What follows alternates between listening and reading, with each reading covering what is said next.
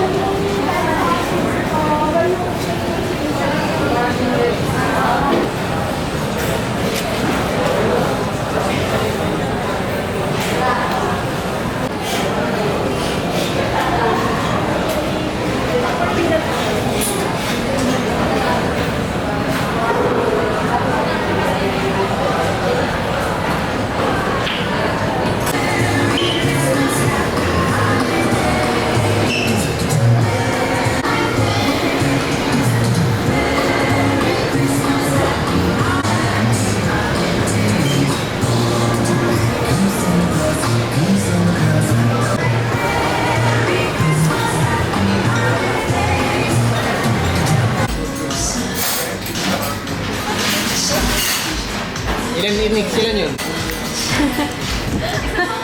Oh, Jasmine, ilan to? Guys, say hi! Hi!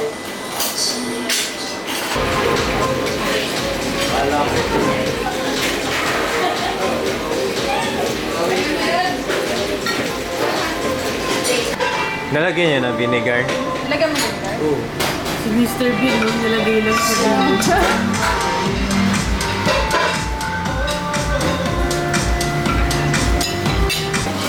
Okay, cheers!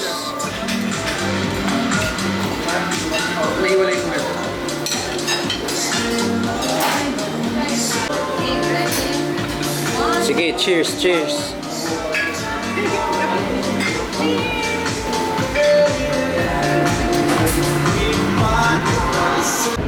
Hi guys! Di pa ako nakapagkwento. Pero hopefully soon. So I'm going out. I am going to work outside. Nahirapan ako mag-work this morning. As in, humiga lang ako buong umaga. I'm a bit disappointed sa sarili ko. Kaya pilitin ko sarili ko to work outside. I also filmed some shorts for a TikTok ng isang company I'm working for, yung mental health org.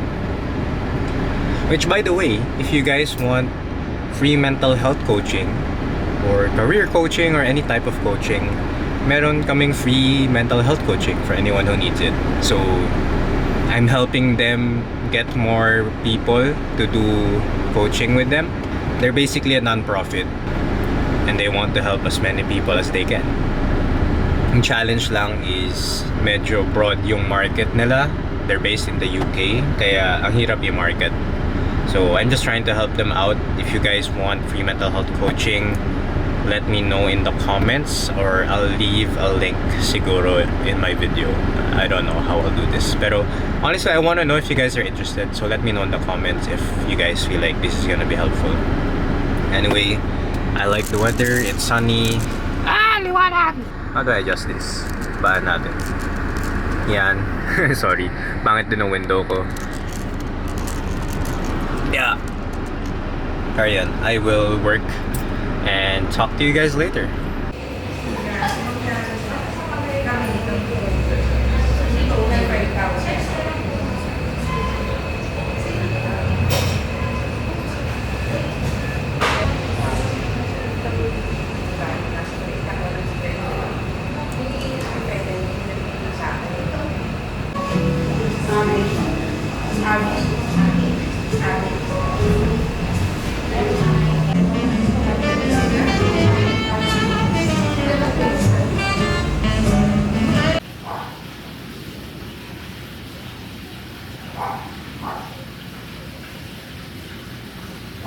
Okay. Parang magiging thing ko na tong pag-film sa car. Kasi it's quiet. Tahimik yung kotse. Soundproof in a way. Kaya parang na-enjoy ko na mag-film sa car dahil lang better for the audio quality. Anyway, I'm not done with work yet. Sobrang konti nang nagawa ko. But I made good progress.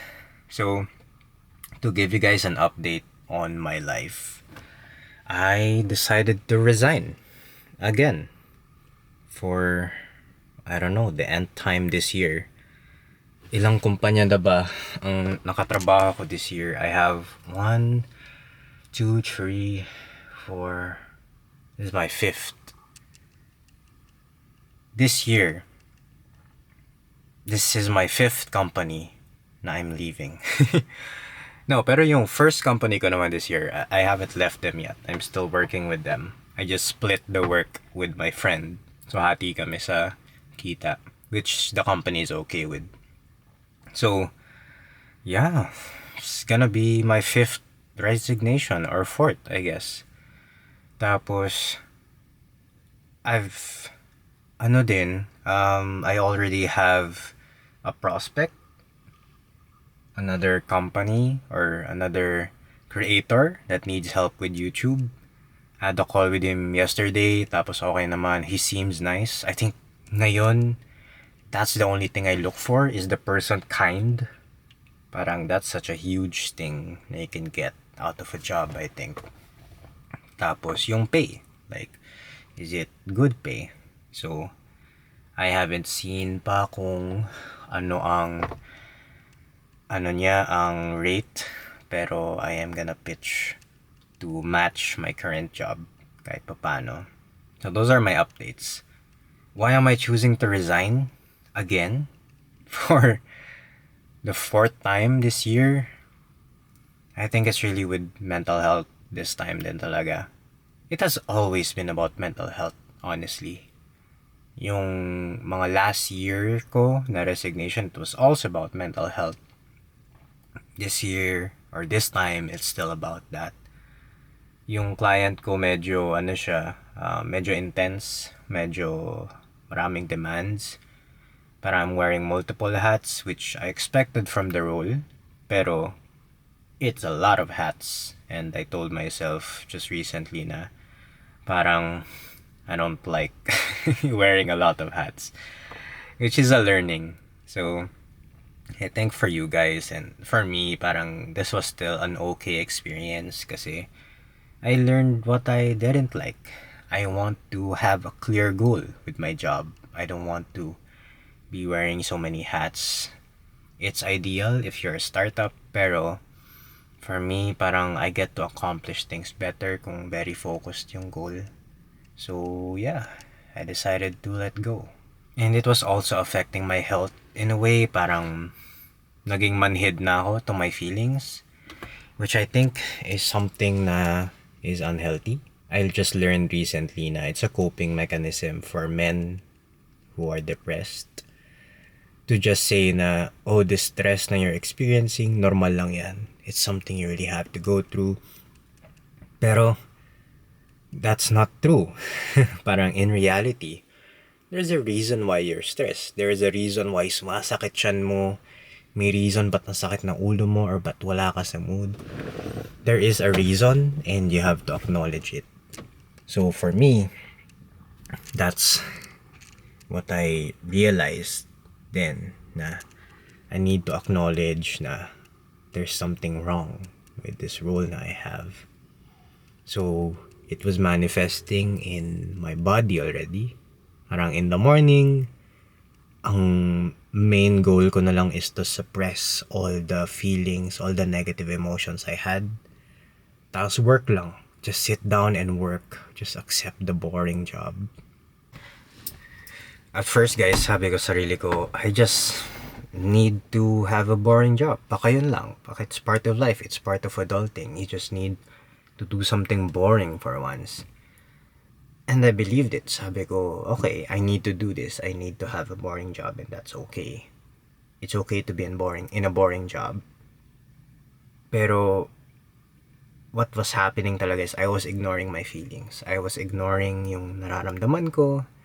I was ignoring na I wasn't happy. And that was bad. And I think it was after some reflection, after feeling na, okay, I think I'm burning out, I think I'm not really happy, and after some coaching sessions and therapy also, na-realize ko na, I think I really need to do something about this. I cannot just allow myself to succumb to the depression or ayokong hayaan na maging manhid lang ako. I have to actually do something. So, that's it. Sabi ko, I decided na I'll resign. No? Kasi there's this book na I read. I share it with you guys siguro in another video, pero it's called 80,000 hours. Basically, our whole lives, we spend 80,000 hours on work. So naisip ko now, if you're gonna spend 80,000 hours on work, why would you stay in a boring job? Why would you stick to a job na you don't like? Diba? You want to be in a job na you enjoy. So ayun, I was reminded of that. Kasi iniisip ko, will my next few months be like this? Will my next year be like this? Sabi ko parang I don't want that. I don't want to live life miserably. So yun, that's why I came into this decision to really resign. Yun lang, it's also just reminding myself na I am not weak dahil nag-resign ako. Yun yung naging worry ko kasi na hala, resignation na naman. Kasi nahihiya ako in a way. And I know na it's an ADHD thing, possibly, na resign ako ng resign and I can't stay in a job. Pero nahihiya ako na I haven't been in a company for more than a year and I thought this was gonna be it, pero hindi pa pala. Nahihiya ako na I haven't been able to sustain a job for a long time. Pero I have to be kind to myself. I have to tell myself na it's okay. Na hindi ko lang nahanap yung tamang job for me. Pero yeah, as in, nalulungkot ako minsan na parang I haven't found that job yet. Yes, I do video editing, I do YouTube, I'm building a career of YouTube, on YouTube. Pero, you know, it's still freelance. There's nothing na sobrang long term. So yun, I just have to tell myself that it's okay. And it will be okay. And it's going to be hard, pero we'll figure it out. Yeah. So, yan yung update ko, guys. Resignation na naman. I don't know where I'm going, pero let's figure it out. I hope you guys are okay. If you guys have been thinking about resigning, baka this is your sign. I don't know. Pero, try to see if it's affecting your health. If it is, in a negative way, baka it's really a good time to resign. Anyway, I just have a call in a bit. I'll have to go. Talk to you in a bit.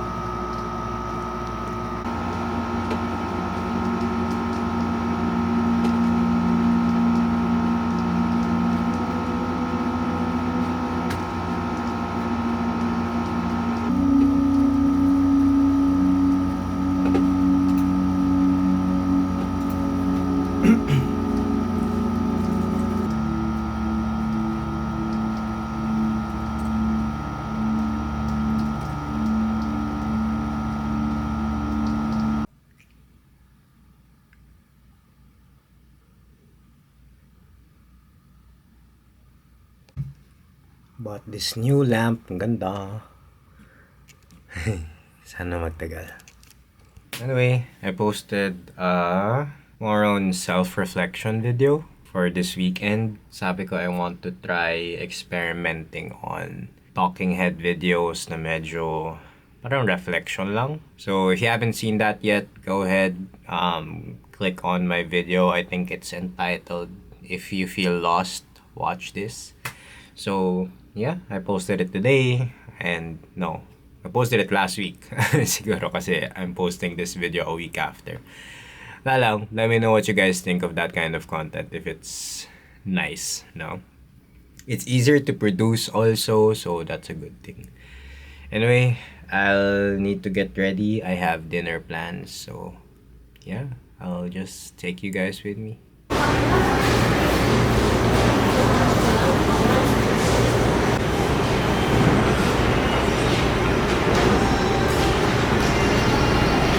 One for? Yes.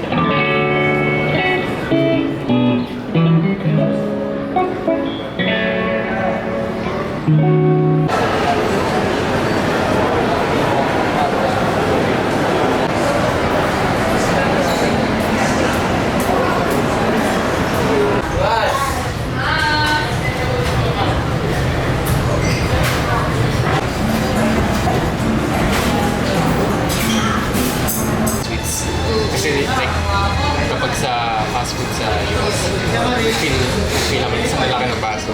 Ayo, ala, wag mo na ako mag-iPhone, kakabili ko lang. Magpapagalitan ka na.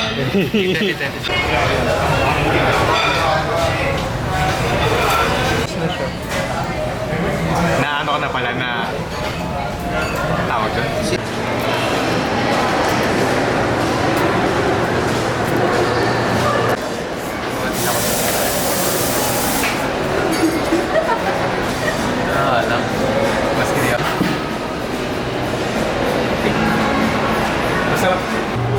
Wow! Tama. Akin.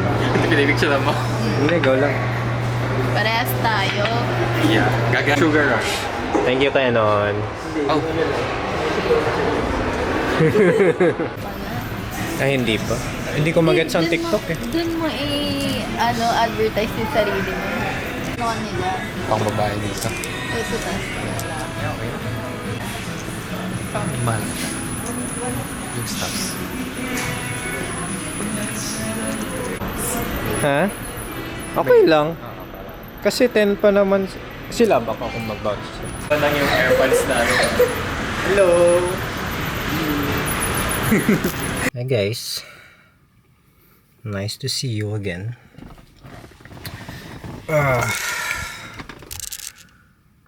Ang weird. I don't know. To give you guys an update, sabi na ako sa boss ko na gusto ko mag-resign. Tapos, I don't know if it's just because nanggaling siya sa 1-week retreat, pero parang bumait siya. Pero I don't know if I should still stay dahil lang bumait. I don't know. Honestly. Alright, nakakasar. Well, I was talking to a friend na ganito din yung sitwasyon na parang ayaw kasi siya umalis ng boss niya. So parang she gets what she needs, kumbaga. So parang yung ayaw na niya mag-work, sabi okay, ano ba yung position na gusto mo? So binigyan siya ng position na maganda. So I think that's in a way what's happening. Or ewan ko, baka okay lang ako.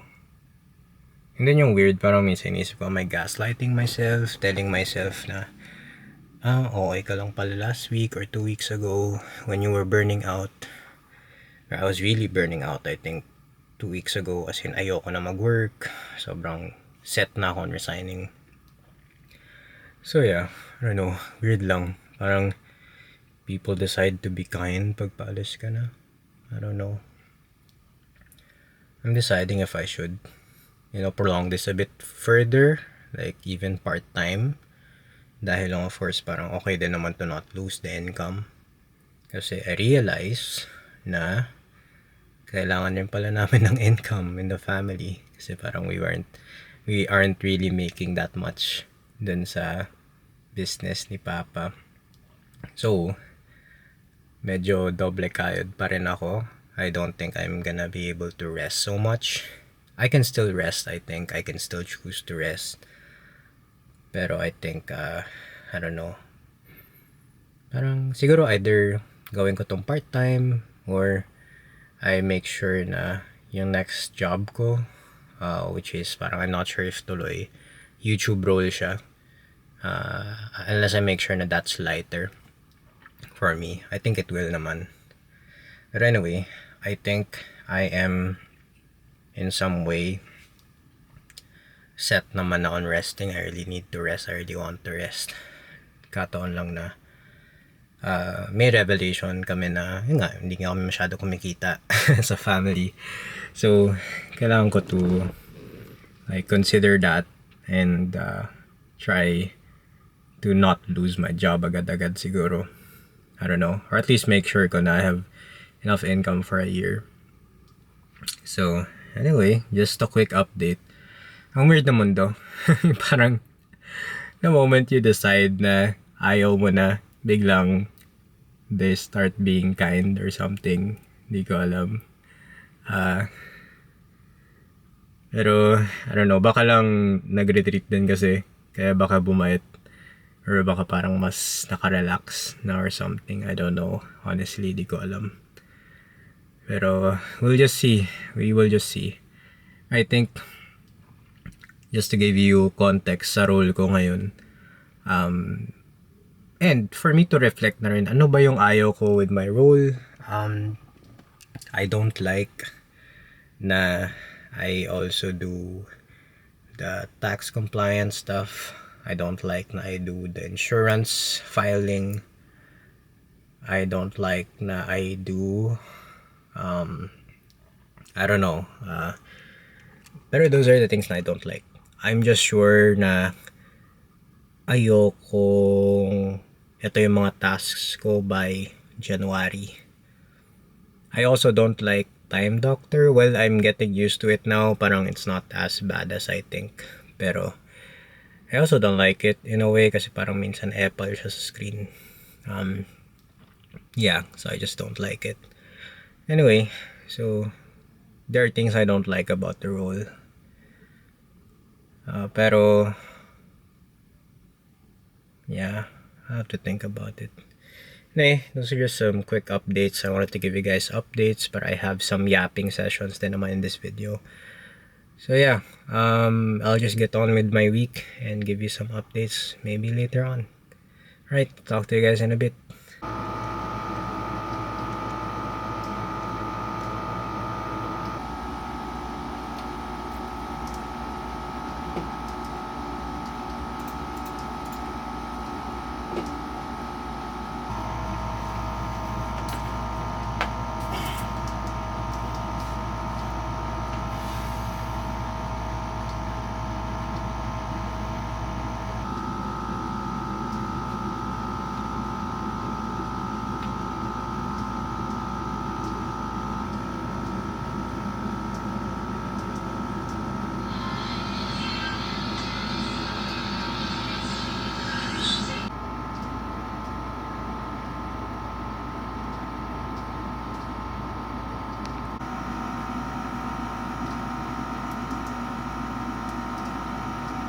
No, talagang asserting.